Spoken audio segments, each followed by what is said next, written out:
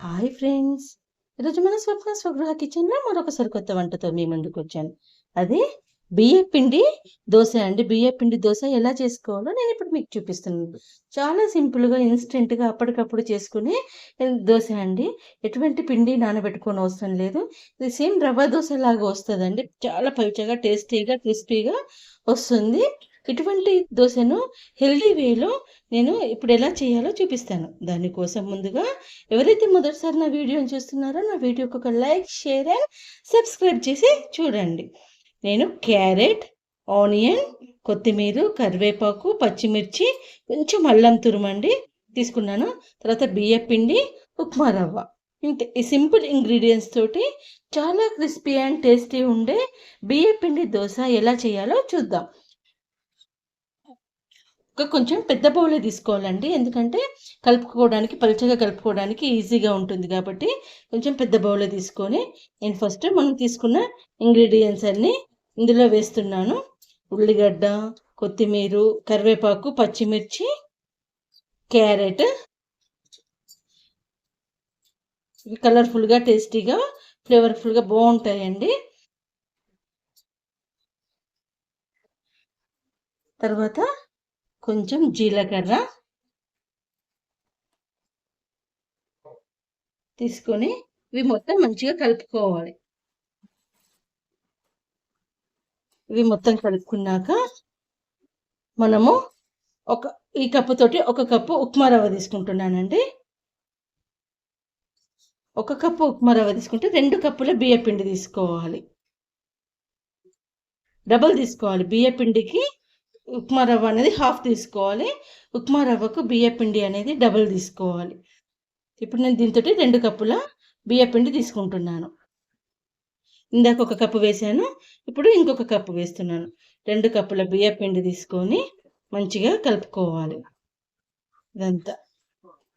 మనం వేసిన కూరగాయల మిశ్రమం అంతా పిండికి పట్టేటట్టు మంచిగా కలుపుకోవాలి. చాలా ఫాస్ట్‌గా అయిపోతుందండి ఇవి. ఎటువంటి పిండిలు నానబెట్టడము, హడావుడి పడడము ఏమీ అవసరం లేదు. క్యారెట్ తురిమే కాదండి, చిన్న చిన్న పీసెస్ లెక్క కూడా కట్ చేసేసుకొని వేసుకోవచ్చు.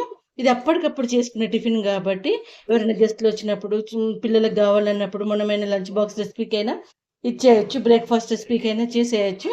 చాలా ఈజీగా ఉంటుంది. కారం అనేది అందులోనే ఉంటుంది కాబట్టి చట్నీ కూడా అంత అవసరం పడదండి. ఫస్ట్ కొన్ని వాటర్ వేసుకోవాలి. వాటర్ వేసుకొని మంచిగా కలుపుకోవాలి. ఉండలు లేకుండా చూసుకుంటూ కలుపుకోవాలండి.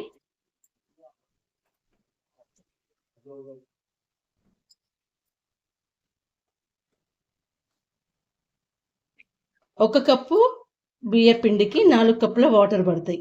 ఆ లెక్కన చూసుకొని ఇప్పుడు నేను 2 కప్పుల బియ్య పిండి వేసిన కాబట్టి 8 కప్పులు వాటర్ పడతాయి.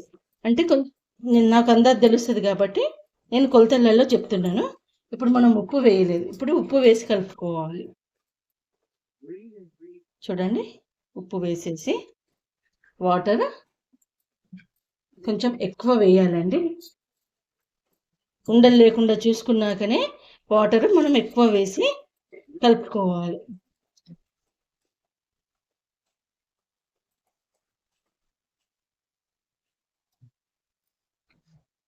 చాలా పలుచగా వస్తాయండి దోశలు. క్రిస్పీగా పలుచగా వస్తాయి.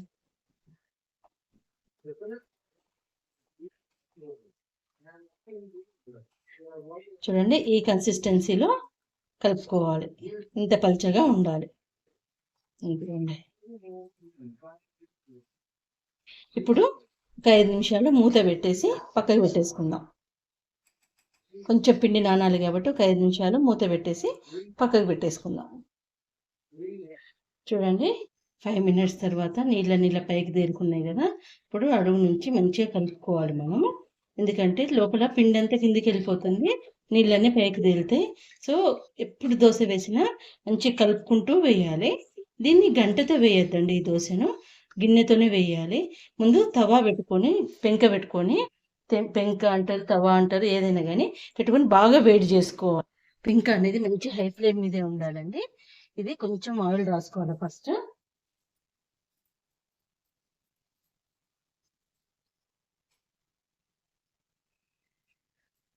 ఒక గిన్నె తీసుకొని గిన్నెతో కిందికి మీదికి ఇలా పిండిని కలుపుతూ చూడండి ఇట్లా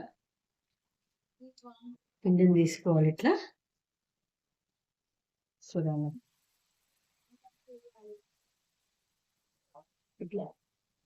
ఇది కాలడానికి టైం పడుతుందండి, ఎందుకంటే వాటర్ పర్సెంటేజ్ అనేది ఎక్కువ ఉంటుంది కాబట్టి కాలడానికి టైం పడుతుంది. సో ఇది నిదానంగా కాలుతుంది, హై ఫ్లేమ్లోనే కాలాలి. ప్లస్ ఇది చూడండి, మనం వేసుకున్న వెజిటేబుల్స్ అన్ని ఎంత కలర్ఫుల్గా కనిపిస్తున్నాయో, టేస్టీ టేస్టీ క్రిస్పీ క్రిస్పీగా ఉంటుంది దోశ అనేది. ఇలా కొంచెం కాలినాక ఇటు చుట్టూ కొంచెం ఆయిల్ వేసుకోవాలండి. ఇది మందం అనిపిస్తే ఇంకా కొంచెం కూడా పిండిలో వాటర్ పోసుకోవచ్చు, అవసరమైనంత పలుచగా వేసుకోవచ్చు. ఎంత పలుచగా కావాలంటే అంత పలుచగా వేసుకోవచ్చు. చూడండి ఇటు సైడ్ మొత్తం బ్రౌన్గా కాలిపోయింది. సో మనం ఇప్పుడు దీన్ని ఇంకొక వైపుకు టర్న్ చేసుకొని కాల్చుకుందాం. చూడండి ఎంత చక్కగా కాలిందో. ఇలా క్రిస్పీ ఏ పిండి రవ్వ దోశను ఎంతమంది ఎక్స్పీరియన్స్ చేశారండి? ఈ రెసిపీ ఎంతమందికి తెలుసు నాకు కామెంట్ బాక్స్లో కామెంట్ పెట్టండి. సో నా వంటలు కనుక మీకు నచ్చితే నా ఛానల్లో ఉండే సింపుల్ రెసిపీస్ని మీకోసం నేను లంచ్ బాక్స్ రెసిపీస్ కానీ, బ్రేక్ఫాస్ట్ రెసిపీస్ కానీ, నాన్ వెజ్ రెసిపీస్ కానీ చాలా సింపుల్గా ఎలా చేసుకోవాలి, గెస్ట్లు వచ్చినప్పుడు మనం టెన్షన్ పడకుండా రెసిపీస్ని ఫాస్ట్గా ఎలా ప్రిపేర్ చేయాలో నా ఛానల్లో చాలా రెసిపీస్ ఉన్నాయండి. నా ఛానల్ ఒకసారి ఫాలో చేసి నా వంటలు నచ్చితే నా ఛానల్కి ఒక లైక్, షేర్ అండ్ సబ్స్క్రైబ్ చేయండి. చూడండి రెండు వైపులా మంచిగా కాలింది. ఇప్పుడు తీసేసుకోవటమే. ఇటువంటి క్రిస్పీ బియ్య పిండి దోశను మీరు కూడా మీ ఇంట్లో చేసుకొని ఎలా వచ్చిందో కామెంట్ బాక్స్లో కామెంట్ పెట్టండి.